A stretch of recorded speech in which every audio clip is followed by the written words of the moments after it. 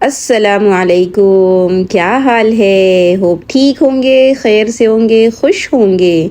अल्हम्दुलिल्लाह हम भी बिल्कुल ठीक है। यह है सुबह का टाइम और मैं बच्चों को स्कूल छोड़ने जा रही थी। ऐसे तो मैं स्कूल छोड़ने नहीं जाती, मेरे हस्बैंड जाते हैं, लेकिन वो आउट ऑफ सिटी गए हुए थे तो फिर मुझको जाना पड़ा। मैंने जब ड्राइविंग सीखी थी ना तो पहले से नियत की थी कि भाई ज़रूरत के वक्त ही इसको चलाना है, वरना उसका कोई मुझको शौक नहीं है। तो जब तक पॉसिबल होता है कि भाई शौहर चलाएंगे तो वो चलाते हैं, लेकिन अगर नहीं हो तो फिर मैं लेती हूँ। हमारे घर के पास ही है ना सुपर वगैरह है, सो मैं कितनी बार इंतजार करती हूँ कि मेरे शौहर घर में रहे और मैं उनको बोलूँ कि चलो आप लेके चलो, ताकि मैं उसको ड्राइविंग से मैं बच जाऊँ। क्योंकि ड्राइविंग करना भी एक बहुत ध्यान वाला काम है, ज़रा भी आपकी नज़र चूकी तो इधर उधर गाड़ी ठुक जाती है तो जब मैं चलाती हूँ तो मैं बच्चों को बोलती हूँ भाई चुपचाप बैठो तो मुझसे चलाया जाएगा। अगर शोर करने लग जाते बच्चे ज़ोर ज़ोर से तो मेरे से चला नहीं पाती हूँ मैं बराबर, मेरा ध्यान मतलब इधर उधर जाने का रहता है। तो अल्लाह का शुक्र आज कितने साल हो गए चलाते हुए, 5-6 साल तो हो गए हैं, लेकिन अल्हम्दुलिल्लाह सुम्मा अल्हम्दुलिल्लाह कि अभी तक कोई छोटा मोटा एक्सीडेंट नहीं हुआ। हाँ, हल्का फुल्का वो जो लगना बोलता है कि जैसे पार्किंग में स्टार्टिंग में लगता था और हल्की सी यानी गाड़ी किसी के साथ लग गई, वो एक अलग ही चीज़ है, लेकिन जो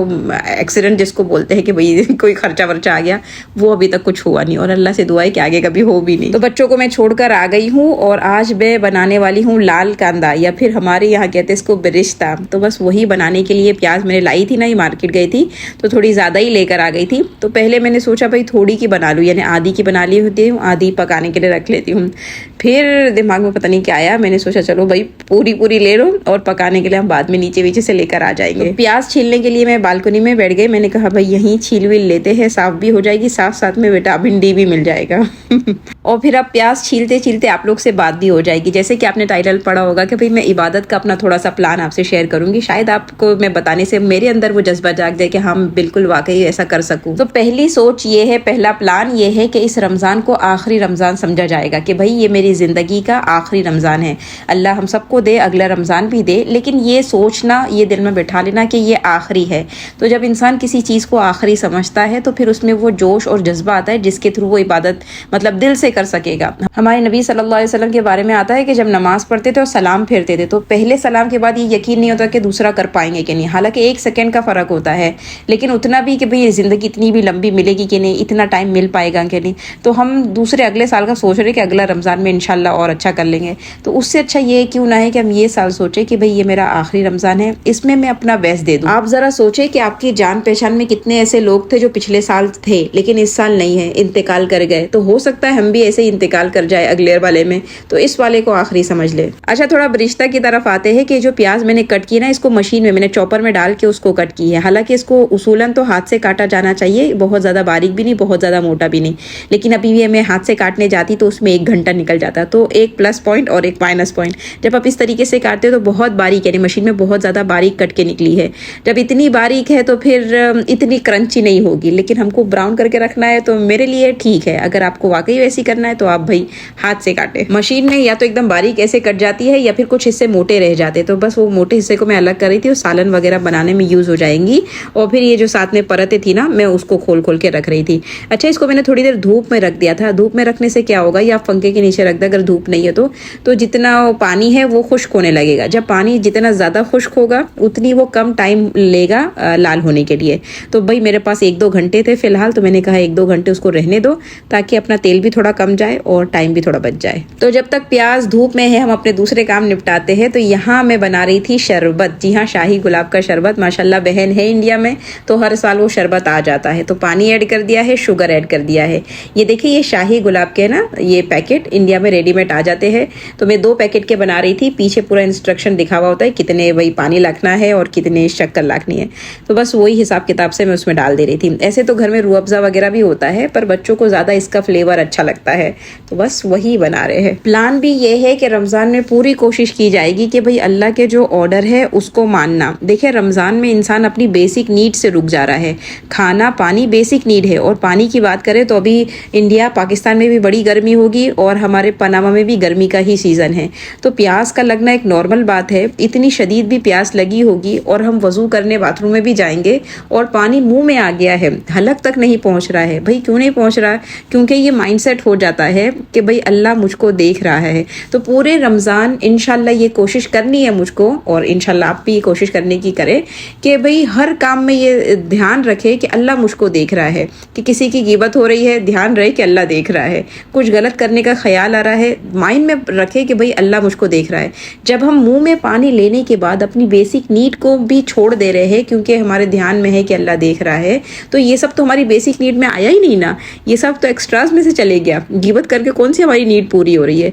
तो जब हम अपनी जो ज़रूरत ज़िंदगी है उससे हम रुक पा रहे हैं, तो ये सब फजूल चीज़ों से हम ज़रूर रुक सकते हैं। अल्लाह को कोई फ़ायदा नहीं है हमको भूखा प्यासा रखा कर, अल्लाह को कुछ नहीं मिल रहा होता है। लेकिन हमको ये याद दिलाया जा रहा है कि देखो तुम्हारी बॉडी, अगर तुम उसको जैसा चलाना चाहो वो चल सकती है। हम बोलते हैं ना ये मैं तो मेरे बस की बात ही नहीं है, मैं तो ये गुनाह छोड़ ही नहीं सकती, मैं तो ऐसा कर ही नहीं पाऊंगी। तो अल्लाह वही समझाना चाह रहे हैं कि भाई तुम जब ये कर सक रहे हो, ये इतनी ज़रूरत वाली चीज़ है, तुम जब ये कर सकते हो, तुम बहुत कुछ कर सकते हो अगर तुम करना चाहो तो पूरे रमज़ान इंशाल्लाह हम ध्यान में रखेंगे कि अल्लाह मुझको देख रहा है और अल्लाह ने मुझको इस काम से मना किया है और मैं ये काम नहीं करने की ताकत भी रखती हूँ, तो मैं नहीं करूँगी। तो बस पहला बैच अल्हम्दुलिल्लाह हो गया है प्याज का। देखिए यहाँ पर जब गोल्डन कलर आना शुरू हो जाए ना, उसी वक्त उस पर निकाल देना है, क्योंकि जब आप निकाल भी दोगे तो भी वो इतनी गर्म होती है कि वो पकती रहती है। तो अगर इस मोमेंट पे नहीं निकाला जाए और थोड़ा और पका के निकाले तो फिर वो काले रंग की तरफ चला जाता है। फिर हम उसको लाल प्याज नहीं बोल सकते, हाँ क्या काली प्याज बोल सकते हैं फिर। और निकालते वक्त फटाफट निकालना है, जैसे कि स्पीड में फिलहाल स्क्रीन पे चल रहा है उतनी फटाफट निकालना है। और ये छोटी छोटी भी जो प्याज रह गई ना, उसको भी आप छन्नी से निकाल दे, वरना जब दूसरा बैच डालेंगे तो ये वाली फिर काली होती जाएगी और दूसरी वाली फिर लाल, फिर टेस्ट खराब हो जाएगा। और फ़ौरन निकालने के बाद मैंने क्या किया है, फोक से उसको थोड़ा फैला दिया। अच्छा मैंने छन्नी पे ही निकाली हूँ, कितने लोग टिश्यू पे निकालते, मैंने कहा ना वो क्रंची उससे ज़्यादा अच्छी होती है। लेकिन हम वैसे भी फ्रीज़र में रखेंगे तो भाई हमको इतना क्रंच से फ़र्क नहीं पड़ रहा है, हमको खाली ब्राउन करनी थी। सो तेल भी अपना बच जाता है। इसे प्लेट रखी थी नीचे तो सारा तेल नीचे जमा हुआ, तो ये तेल रीयूज़ हो सकता है। देखिए इस तरीके से पूरी माशाल्लाह प्याज डन हो चुकी। अब इसको मैं क्या करूँगी, फ्रीज़र में डाल दूँगी। फ्रीज़र में डाल दूँगी, इंशाल्लाह थोड़ी हार्ड हो जाएगी तो हम इसको जिपलॉक में भर लेंगे। सो अल्लाह का शुक्र प्याज लाल हो चुकी, 2 ट्रे से एक ही बेचारी बन गई और दूसरे काम भी साथ साथ में निपटा रही हूँ। बेचारी बोतलें कब से खाली पड़ी हुई थी तो मैंने सोचा आज उसको फिल कर ही देते हैं। तो एक में तो मैंने जैतून का तेल डाल दिया है, बड़ी बोतल में जाके उसका लुक ही कुछ अजीब हो गया है ना, तो अच्छा लगता है कभी कभार।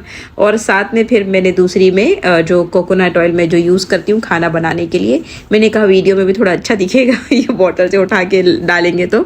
सो ये भी मैंने फिल कर दिया है। ये जो कोकोनट ऑयल है ना, ये 100% यानी ऑर्गेनिक है, इसमें कोई भी चीज़ ऐड नहीं है, जिसको हम कोल्ड प्रेस ऑयल भी बोलते हैं, यानी एकदम। तो कोई भी आप ऑयल यूज़ करें, जैसे जैतून का भी वैसा ही है फिलहाल और ये भी ऐसा ही है। तो कोई भी आप तेल यूज़ करते हैं ना, तो कोशिश करें उसमें कोई मिलावट नहीं हो और वो क्या कहते हैं ओरिजिनल या ऑर्गेनिक वाला तेल। मैं तो जितने भी खाने बना रही हूँ ना, तो कोकोनट ऑयल मैंने खोपरे के तेल में ही बना रही हूँ। कोई मतलब ऐसा नहीं होता है कि उसमें खोपरे का पूरा टेस्ट आ रहा होता है, बल्कि बड़ा टेस्टी खाना लग रहा होता है। ट्राई करके देखिएगा, मजा आएगी। ये जो हमने शरबत भी बनाने रखा था ना, वो भी अच्छे से माशाल्लाह ठंडा हो चुका। तो अभी ये जो बोतलें है ना, ये भी जो अभी मैंने खोपरे की बोतल आपको दिखाई, बस वही है। उसका स्टिकर हमने निकाल के अच्छे से धो धुला दिए है। काफ़ी मेरे पास जमा हो जाती है तो मैं इसी काम में यूज़ कर लेती हूँ और अच्छी भी दिख रही होती है, कोई ख़राब नहीं दिखती कि भाई क्यों ये बोतलें यूज़ कर रही हो। तो जो अच्छा लगता है भाई उसको यूज़ करने में कोई मेरे ख्याल से कोई शर्म वाली बात नहीं। अच्छा अब जो शरबत बन गया ना, तो अब मुझको बनाना है, यानी दूध का या फिर नींबू का जो भी मैं शरबत बनाऊंगी ना, तो मुझको अलग से शक्कर डालने की ज़रूरत नहीं पड़ेगी। मैं इसी को डाल देती हूँ और बस, यानी वो अलग से शक्कर डाल के शरबत में उसको घोलने की ज़रूरत नहीं पड़ेगी। ये काफ़ी मीठा होता है, आपने डाल दिए 2-3 चमचे यानी, तो बस ये आपके हिसाब से, तो बड़ा अच्छा से तैयार हो जाता है शरबत। सारे काम माशाल्लाह किचन से निपट गए हैं। अब हो गया है जोहर का टाइम। हनाना आ चुकी थी स्कूल से, उसको लेकर आ गई थी, अभी दूसरे बच्चे आने के बाकी है, तो मैंने सोचा जोहर पढ़ लूँ और थोड़ा सा कुरान पढ़ लूँ। तो तीसरी प्लानिंग इस रमज़ान की ये है कि मैं कुरान को समझने की कोशिश करूँगी। जी हाँ, पढ़ते तो हम सभी है, रमज़ान में सुबह शाम हम पढ़ेंगे ही पढ़ेंगे, लेकिन जो रमज़ान महीना है ना, हम समझते हैं कि रोज़ों का महीना है, रोज़े तो है ही है, लेकिन जब अल्लाह इसको डिस्क्राइब कर रहा है ना कि शहरु रमदान अल्लज़ी उन्ज़िला फ़ीहिल कुरान, कि रमज़ान का महीना वो है जिसमें कुरान उतारा गया है। देखो रमज़ान का महीना वो है जिसमें रोज़े रखना ही नहीं कहा गया, बल्कि कहा गया रमज़ान का महीना वो है जिसमें कुरान उतारा गया है। तो सिर्फ कुरान को पढ़ लेना या उसको याद रख लेना ये इसका असल मकसद नहीं है। असल मकसद है कुरान को समझना। जब हम कुरान को समझे ही नहीं है, आज कितने साल के हम हो गए हैं, कुरान पढ़ना तो माशाल्लाह बड़ा अच्छा आता है हमको, लेकिन वो हमको समझ में ही नहीं आ रहा होता है, और कभी हमने उसको समझने की कोशिश की ये नहीं बताए। हम सूरह ज़ुहा से तुमको याद होगी ना, वद्दुहा, अलम तरा, वल अस्र, क्या कभी हमने इनकी तर्जुमा मालूम करने की कोशिश की है? क्या हमने कभी ये समझने की कोशिश की है अल्लाह इस आयत में मुझसे क्या कह रहा है? जब हमको कोई बात अल्लाह की समझ में आ ही नहीं रही है, हम कैसे उस पर अमल कर सकते हैं? तो इंशाल्लाह नियत करें कि सिर्फ कुरान पढ़ने पे फोकस नहीं करेंगे, पढ़े उस पर भी इंशाल्लाह बड़ा सवाब ही सवाब है, लेकिन जो असल मकसद की तरफ से हम नहीं हटेंगे। जितनी सूरे हमको याद है, पीछे से जो हमको सूरे याद है, आयतल कुर्सी जो हमको याद है, सूर्य बकरा का पहला आखिरी रुकू हमको याद होगा, यासीन हमको याद होगी थोड़ी बहुत, सूर्य रहमान याद होगी, सूर्य मुल्क, हम इनके तर्जुमे मालूम करें कि भाई ये तर्जुमा क्या है और फिर इस आयत की तफसीर क्या हो रही है, अल्लाह मुझको क्या कहना चाह रहे हैं और मैं उस पर कैसे अमल करूँ, तो ही ये कुरान मेरे लिए हिदायत बनेगा। क्योंकि ये कुरान रमज़ान का महीना है, ये रमज़ान कुरान का महीना है, दोनों का एक दूसरे से रिश्ता है, इसमें ज़्यादा अच्छा कुरान समझ में आएगा। तो मैं इंशाल्लाह कोशिश करूँगी कि कुरान को समझूं। और फिर मेरी नीयत है इंशाल्लाह जो आपसे मैं ब्लॉग शेयर करूँगी कि कोई आयत जो मैंने पढ़ा और मैंने समझा तो आपसे भी उसको डिस्कस करूँगी इंशाल्लाह। इंशाल्लाह आप बताइएगा आपका इस बारे में क्या ख्याल है। चलिए इंशाल्लाह फिर मिलेंगे, जल्द मिलेंगे, तब तक के लिए अस्सलामु अलैकुम।